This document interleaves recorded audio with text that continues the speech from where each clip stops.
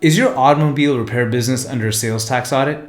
I'm Mansoor Ansari with Nexus Tax Defense. Let's go over a few short rules on the taxation of auto repair. Repair labor is the labor used to fix an automobile. This is non-taxable. Repair parts are the actual parts such as brakes and rotors that are used to repair automobiles. These are taxable. Consumables are the supplies that you use, such as grease or wipes, when you are performing an automobile repair. These are taxable unless you have a resale certificate. But warranty repairs and maintenance agreements are not as straightforward. The repair labor or parts provided by a manufacturer under a manufacturer's warranty are non-taxable.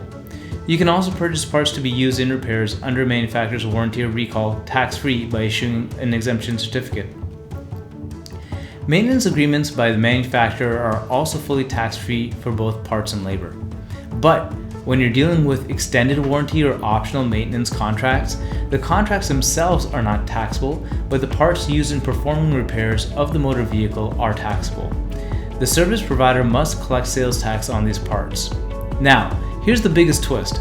When a dealer repairs an automobile within 7 days of purchase, a warranty is implied and it becomes a non-taxable sale. But if the invoice states as is, then the parts are taxable.